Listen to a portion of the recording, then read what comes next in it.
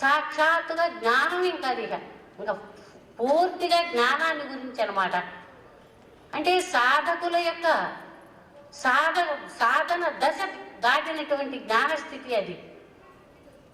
ఆ జ్ఞానస్థితిని పొందటానికి కావలసినటువంటి ముందు కావలసినటువంటి ఏ సాధన అవసరం మనకి? అసలు మనము ఎవరము, ఎక్కడి నుండి వచ్చాము, తిరుగా మళ్ళీ ఎక్కడికి వెళ్ళాలి, మన స్వరూపం ఏంటి, ఈ ఓంకారం అనేది ఎక్కడి నుండి వచ్చింది అనేటటువంటి సబ్జెక్ట్లో మనము తెలుసుకోవాల్సిన అవసరం ఉన్నది.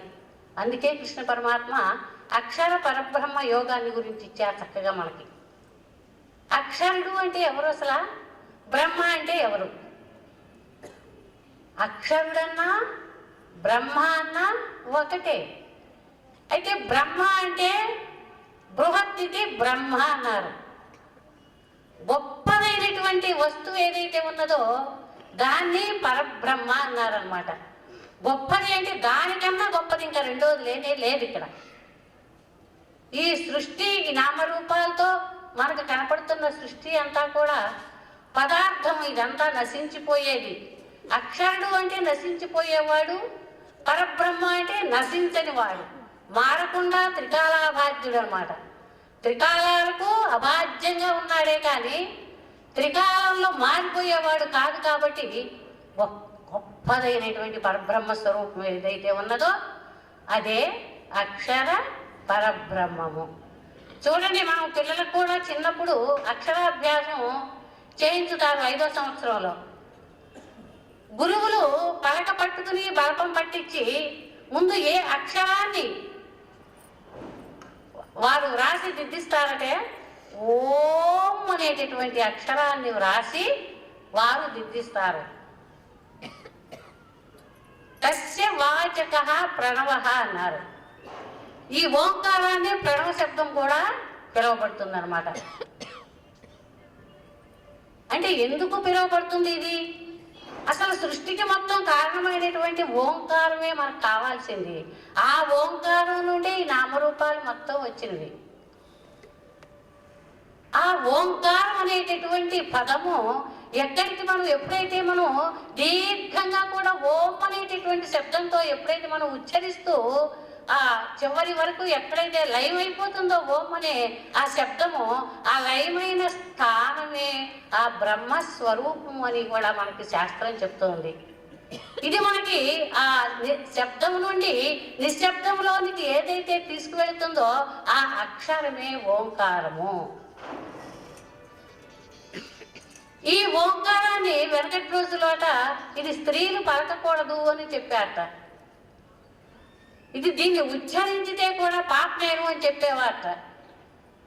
అలాంటిది మలయాళ స్వామి వారి అనుగ్రహంతో మన ఆంధ్రాలో ఇంటింటికి కూడా ఈ రోజున భగవద్గీత ఉండి భగవద్గీతలోని శ్లోకాలు అందరూ చదవటానికి అర్హత సంపాదించుకున్నారు అందరూ కూడాను. వారి యొక్క ఉచ్చిష్టం మనకి ఈ రోజున మనం ఈ స్టేజ్ ఎక్కి మాట్లాడుతున్నామంటే వారి యొక్క అనుగ్రహం ఉంటేనే, వారి యొక్క జ్ఞానం మనం తెలుసుకొని ఇలాగ మాట్లాడగలుగుతున్నాం. వెనకటి రోజుల్లో కూడా ఉన్నారు మహా పతివ్రతలు ఉన్నారు, గార్గి, మరి చూడాలా, వీళ్ళందరూ కూడా ఉన్నారు. వాళ్ళు అప్పుడు ఆ బ్రహ్మచింతన బ్రహ్మ విద్య నేర్చుకొని కూడా చాలా ధీటుగా గెలవగలిగారు. అలాంటి పరా విద్యని, అలాంటి బ్రహ్మ విద్యని మనం నేర్చుకోవాలి అంటే ఓమిత్యేకాక్షరం బ్రహ్మ వ్యాహరన్ మాం అనుస్మరన్ యప్రయాదిత్యజన్ దేహం సయాతి పరమాంగతిం. ఏం చెప్పింది ఈ శ్లోకం? ఓం ఇది అక్షరం బ్రహ్మ. ఓం అనేటటువంటి ఏ శబ్దం అయితే ఉన్నదో, నిశ్శబ్దంలో నుంచి వచ్చినటువంటి ఏ అక్షర స్వరూపం ఏదైతే ఉన్నదో బ్రహ్మస్వరూపమో తానే, అంతా తానే నిండి నిబిడీకృతమై అంతా కూడా సర్వవ్యాపకమైనటువంటి ఏ చైతన్య స్వరూపం అయితే ఉన్నదో ఆ చైతన్యమే ఓంకార స్వరూపము, అదే పరబ్రహ్మ స్వరూపము. అందుకే ఈ శ్లోకంలో చివరికి అవసాన కాలంలో ఎవరైతే ఈ ఓంకారాన్ని తలుస్తూ ప్రాణములను విడుస్తారో అలాంటి వాళ్ళకి జన్మ లేదు, అదే మోక్షస్థానం అని చెప్పి ఓంకారాన్ని చక్కగా అది అందుకే శాస్త్రం బాగా చెప్పింది. మీకు చివరి స్థాయి సాధన, చివరి సాధనలో ఓం అనేటటువంటి ప్రణవాన్ని మీరు ఏ మంత్రాల కన్నా కూడా మొదటి మంత్రము, మొదటి అక్షరమే తల అన్నమాట. అన్ని ఆనందగిరి స్వాముల వారు మరి సుఖ ఆశ్రమాధిపతులు ఇరువురు నెల్లూరు జిల్లా వాళ్ళు వాళ్ళ యొక్క అమూల్యమైనటువంటి సందేశాన్ని ఒక 20 నిమిషాలు అందించాల్సిందిగా కోరుకుంటున్నాను. భగవత్పాదులకు ప్రణమిల్లుతూ సభాధ్యక్షులు పూజ్య స్వామీజీలకు, సభలో ఉపస్థితులైనటువంటి మీ అందరికీ హృదయపూర్వక ప్రణామములు అర్పిస్తూ, దివ్యాత్మ స్వరూపులారా, ఈరోజు ఇక్కడ గొప్ప మహనీయుల యొక్క వ్యాస భగవానుని, శంకర భగవత్పాదుని యొక్క గ్రంథాలు సబ్జెక్టు. వ్యాసుని గూర్చి ప్రపంచంలో ఇంతవరకు అంతటి మేధావి, అంతటి ప్రజ్ఞావంతులు, అలాగే శంకర భగవత్పాదులు కూడా వారిద్దరి యొక్క గొప్ప ప్రజ్ఞ ప్రపంచ మేధావులందరినీ వాళ్ళ బుద్ధిని తారుమారు చేసింది. ఎంత గొప్ప ప్రజ్ఞావంతులు భారతదేశంలో పుట్టడం భారతీయుల యొక్క పుణ్య విశేషము. ఎందుకంటే వ్యాస భగవాను యొక్క ఆ ప్రజ్ఞ ఎన్ని రకాలుగా ఆయన ఎన్ని విధాల ఈ ఆత్మవిజ్ఞానానికి మార్గాలు అన్వేషణ చేశారంటే, మరి ఒక పంచమ వేదాన్ని సృష్టించారు. మరి వేద విభాగం చేయటం కాకుండాను పంచమ వేదాన్ని సృష్టించారు ఆయన, అందులో భగవద్గీత. మరి ఇద్దరు శంకర భగవత్పాదులు కానీ వ్యాస భగవానులు కానీ మాతృవాక్యం మీద అపారమైనటువంటి భక్తి. వ్యాసులు పుట్టుకతోటే దండక మండలాలతో సన్యాసిగా వచ్చేసి ఎదురు నిలిచారు. కానీ శంకర భగవత్పాదులు మరి వారు 12 సంవత్సరాలకే సన్యసించడానికి తల్లి అనుమతి కోరారు. అప్పుడు సత్యవతి అంటుంది, తండ్రి నిన్ను వదిలేసి వెళ్ళిపోయారు, కానీ నీవు కూడా నన్ను వదిలేసి వెళితే ఎలా అంటే, లేదు అమ్మా, నీవెప్పుడు నన్ను ఆజ్ఞాపిస్తే అప్పుడే మీ ఎదుట ప్రత్యక్షం అవుతాను. మరి అలాగే శంకరులు కూడా మరి మాతృవాక్యం పట్ల, మాతృమూర్తి పట్ల వాళ్ళకున్న భక్తి అపారమైంది. మాతృమూర్తి ఏది చెబితే అది చేశారు ఇద్దరు కూడా. అది చేయవచ్చునా చేయకూడదా అని కాదు, మాతృమూర్తి ఆజ్ఞాపిస్తే వారిద్దరూ కూడా ఆ మాతృమూర్తి యొక్క ఆజ్ఞకు శిరసావహించారు. మరి వ్యాస భగవాను యొక్క ఈ భగవద్గీతలో మరి అక్షర పరబ్రహ్మయోగం, మరి శంకరుని యొక్క ఆత్మబోధ, ఇద్దరు అఖండమైనటువంటి బ్రహ్మతత్వాన్ని బోధించారు. ఎన్నో విషయాలు చెప్పారు.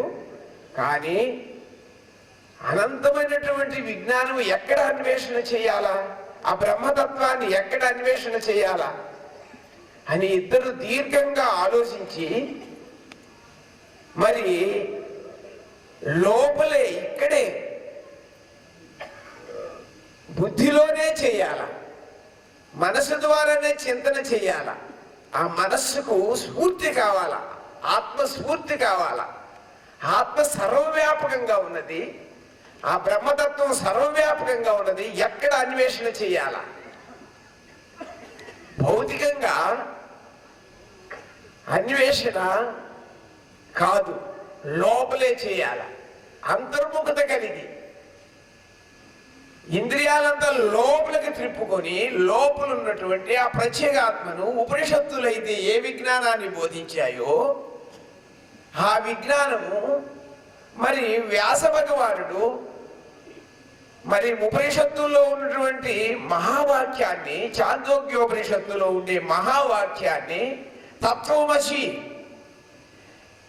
ఇది జీవితానికి ఎట్లా అన్వయం చేయాలా అని వ్యాస భగవానుడు చాలా దీర్ఘంగా ఆలోచించి ఈ మహావాక్యాన్ని మరి భగవద్గీతలో చొప్పించేశాడు. జీవన విధానం, మానవ జీవన విధానం ఎలా ఉండాలో వ్యాస భగవానుడు ఆలోచించి ఈ తత్వమసి మహావాక్యాన్ని, ఉపనిషత్తుల్లో ఉండబడినటువంటి తత్వమసి మహావాక్యాన్ని భగవద్గీతలో అన్వయం చేసి మానవ జీవితానికి మరి అన్వయం చేసుకునే విధానం అంతా కూడా వ్యాస భగవానుడు తత్వమసి, ఆ పరమాత్మ స్వరూపము నీవుగానే ఉన్నావు.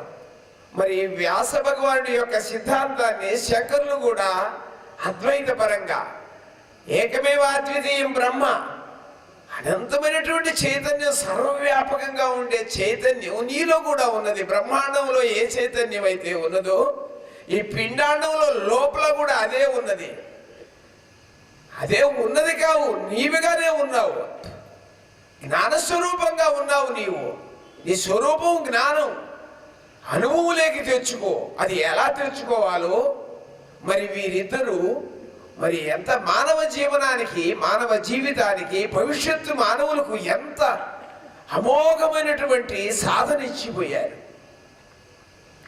మరి ఎంతో రుణపడి ఉన్నాం ప్రపంచంలో వ్యాస భగవానునికి కానీ, శంకర భగవత్పాదులకు కానీ మరి ఎంతో రుణపడి ఉన్నాం మనం అందరం. అందులో భారత భూమిలో వాళ్ళు పుట్టడం మన అదృష్టం, మన పుణ్యం.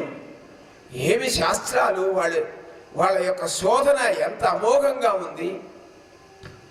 ప్రపంచంలో ఎందరో తాత్వికులు ఉన్నారు. మరి వారి తాత్వికతను మించినటువంటి తాత్వికత ఇక్కడ వీరిద్దరు అన్వేషణ చేశారు. మరి ఎంత గొప్ప భావం వారిది. మరి సముద్రం ఆత్మ అంటే ఏమిటి వారు నిర్వచనం ఇస్తారు శంకరులు. ఆత్మ అనేటువంటిది, బ్రహ్మము అనేటువంటిది, ఇవన్నీ కూడా వారు ఆత్మ అనేటువంటిది ఒక సముద్రం. మరి మనస్సు ఒక అల.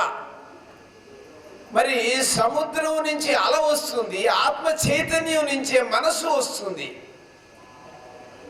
ఆ మనస్సు నీవు కాదు, నీవు జ్ఞానస్వరూపంగా ఉన్న ఆత్మ చైతన్యం నీవు. స్వరూపం నీవు అనుభవానికి తెచ్చుకో. మరి ఈ మనస్సును నీవు పట్టించుకోనక్కర్లే. అయితే మనస్సు ద్వారానే చింతన చేయాల. మనస్సు ఇంద్రియాల ద్వారా బహిర్గతంగా ప్రపంచ విషయాలకు వచ్చి ప్రపంచమైనటువంటి ఈ వాసనలంతా ఇస్తుంది. ఈ ప్రపంచ వాసన మనస్సుకు పట్టింది. మరి ఆత్మవాసన, బ్రహ్మవాసన అనుభూతి కావాల మనస్సుకు. అది అప్పుడు అంతర్ముఖత కలుగుతుంది. అంతర్ముఖత కలిగినప్పుడు మరి నివృత్తిపరమైనప్పుడు ఆ ఆత్మ చైతన్యం నీ బుద్ధిలో స్ఫూర్తినిస్తుంది. ఆ స్ఫూర్తితో చూడు ఈ ప్రపంచాన్ని. ఏమి అనుభవం వారిది. ఆత్మ సర్వవ్యాపకంగా ఉన్న అనుభవానికి రావటం అది సాధన చతుష్టయ సంపత్తి. ఎన్నో విషయాలు చెప్పారు వ్యాస భగవానుడు, ఎన్నో విషయాలు చెప్పారు. మరి కృష్ణ పరమాత్మ నిమిత్తంగా, అర్జునుడు నిమిత్తంగా పెట్టుకొని వ్యాస భగవానుడే చెప్పాడా? మరి మనకు అనిపిస్తుంది వ్యాసుని ఆ భగవద్గీతను మనం పరిశీలిస్తే ఎన్ని సాధనలు చెప్పారు, ఎన్నో అనుభవాలు చెప్పాడు. భక్తిని గురించి చెప్పాడు, జ్ఞానాన్ని గురించి చెప్పాడు, ఏమి చెప్పినా అద్వైత పరంగానే చెబుతూ ఉంటాడు. మరి మన సాధన కూడా ఏం లేకుండా నీవు నీ మనస్సును నివృత్తిపరం చేయి, ఆలోచనలు చెప్పనది కూడా మరి మన పోతన తెలుగు వారి యొక్క గొప్పతనం ఏమో కానీ భారతాన్ని తిరిగించారు ఎందరో, కానీ కొందరు ఎగవేసి కొందరు దిగవేశారు. మరి పోతన భాగవతం తెలుగు చేస్తూ ఎగవేయటంగా దిగవేయటంగా తీసుకొచ్చి నెత్తిని పెట్టుకున్నాడు. వ్యాస భగవానుడు చెప్పంది కూడా చెప్పాడు. అలా వైకుంఠపురములో నగరిలో మూల సౌధంబు దాపల మందార వనాంత అమృతసర ప్రాంతేందు కాంతోపలోత్పల పర్యంక రమా వినోదేగు అపన్న ప్రపన్నుండు యుగోలవనోత్సాహి. ఇది వ్యాసుని యొక్క భాగవతంలో లేదు, సంస్కృతంలో. కానీ తీసుకొచ్చి భావస్ఫూర్తిలో మనం ధ్యానం చేస్తే అదే రూపంలో ఏ ధామాం ప్రపంచంతే, ఎవరు ఏ విధంగా నన్ను భావిస్తే ఆ భావన యొక్క ఫలితం నేను వారికి ఆ రూపంగా దర్శనమిస్తాను. అందువల్ల ఆర్తి గొప్పదంటాడు. మరి రామకృష్ణ పరమహంస జగన్మాతను పిలిస్తే పలుకుతుంది ఆర్తి, ఆ జగన్మాత అనుగ్రహం. అందువల్ల హృదయంలో ఆర్తి, ఆ భగవంతుని పట్ల ప్రేమ. మనం ఏ విధంగా భక్తులను మన సురచన్ జిఘ్రన్ గచ్చన్ ప్రల్బన్ విసృజన్ గృంగన్ ఉన్మిషన్ నిమిషన్ నబి సదా చూస్తూ ఉంటారు ఆ బ్రహ్మాన్ని, ఆ వీక్షణలో ఉంటారు.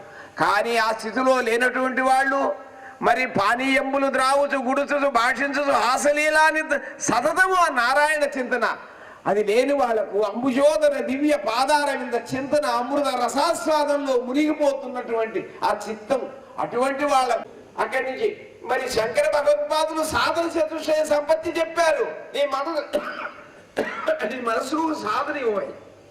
గురువులు ఉన్నారు, ఇక్కడ మహాత్ములు ఉన్నారు. వాళ్ళు ఎన్నో రోజులు గురువుల ద్వారా సాధన చేశారు.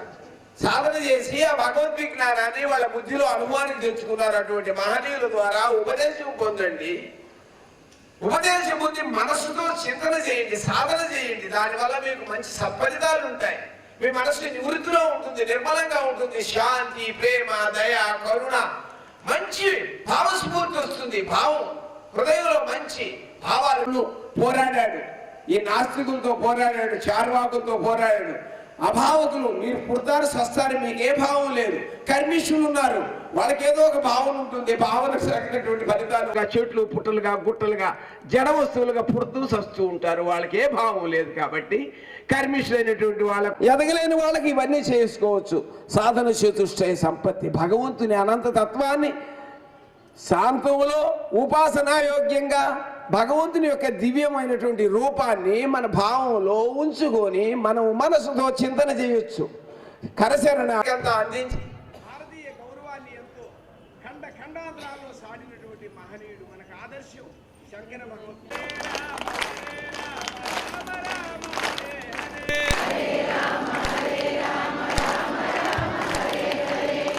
కృష్ణ హరే కృష్ణ కృష్ణ కృష్ణ హరే హరే గురుర్విష్ణు గురుర్దేవో మహేశ్వరః గురు సాక్షాత్ పరబ్రహ్మ తస్మై శ్రీ గురవే నమః. ఓం సహనా భవతు సహనౌ భునక్తు సహ వీర్యం కరవావహై. ఓం శాంతి శాంతి శాంతి. శోభయాత్ర మాత్రం చాలా బాగా జరిగింది. ముఖ్య విశేషం చెప్పుకోదగినది ఏంటంటే 18 అధ్యాయాలు భగవద్గీత పారాయణంతో చేసుకునేమాట. ఇంతవరకు అట్లా పారాయణ చేసుకుంటూ శోభయాత్ర చేసింది లేదనుకుంటాను, నేను చూడలేదన్నమాట. సభలో 18 అధ్యాయాలు పారాయణ చేసుకుంటూ వెళ్ళాను. ఇంకా మిగతా అన్ని కూడా సాంస్కృతిక కార్యక్రమాలు తెలియదు. చాలా సంతోషం అందరికీ. అందువలన కార్యకర్తలను, కమిటీ వాళ్ళను, ఈ కళాశాల యొక్క అధ్యక్షులు కూడా అందరికీ నా ప్రణామములు. ఈ కళాశాల పవిత్రమైపోయిందండి. చాలా విద్యాబోధే కాకుండా ఇప్పుడు ఆధ్యాత్మిక బోధ చేత కూడా ఈ స్థలం కూడా యజ్ఞభూమిగా మారిపోయింది, జ్ఞానభూమిగా మారిందని చెప్పవచ్చు. ఎందరి మహాత్ములు ఇక్కడ వచ్చి వారి అమూల్యమైనటువంటి సందేశాన్ని ఇక్కడ బోధించడం వలన ఎందరో మహాత్ములు విని తరించేదానికి అవకాశం ఉంది. వాటిని అవకాశం కల్పించినందుకు మరొకసారి ధన్యవాదములు. అది ఈరోజు సబ్జెక్ట్ వచ్చి అక్షర పరబ్రహ్మయోగము మరియు ఆత్మబోధ. ఆత్మన్నా అక్షరమన్నా అంతా ఒకటే, కాకపోతే చెప్పే విధానంలో వేరువేరుగా ఉంటాయి. ఈ సృష్టి కలకముందు కేవలం పంచభూతాలుగా ఉంటాయి, వేరువేరుగా సపరేట్ అన్నీ కలిసి ఈశ్వరుడు సృష్టి చేసినప్పుడు మళ్ళీ పంచీకరణ సిద్ధాంతంలో అయిపోతుంది. ఇట్లా పంచభూతాలు కలిసిన తర్వాతనే మనకు ఈ దేహము ఏర్పడుతుంది. పంచభూతాలతో ఏ భూతం ఆ భూతం సపరేట్గా ఉన్నప్పుడు మాత్రం కుదరదు. ఇది ఎందుకు కలిగింది దేహం అంటే కర్మ సంస్కృతం. ఇంతకుముందు చేసుకునే కర్మలు ఎన్నో ఉంటాయి. పూర్వజన్మ సంస్కారం ఉంటాం కదా, దుస్సంస్కారం కావచ్చు, ఉత్తమ సంస్కారం కావచ్చు.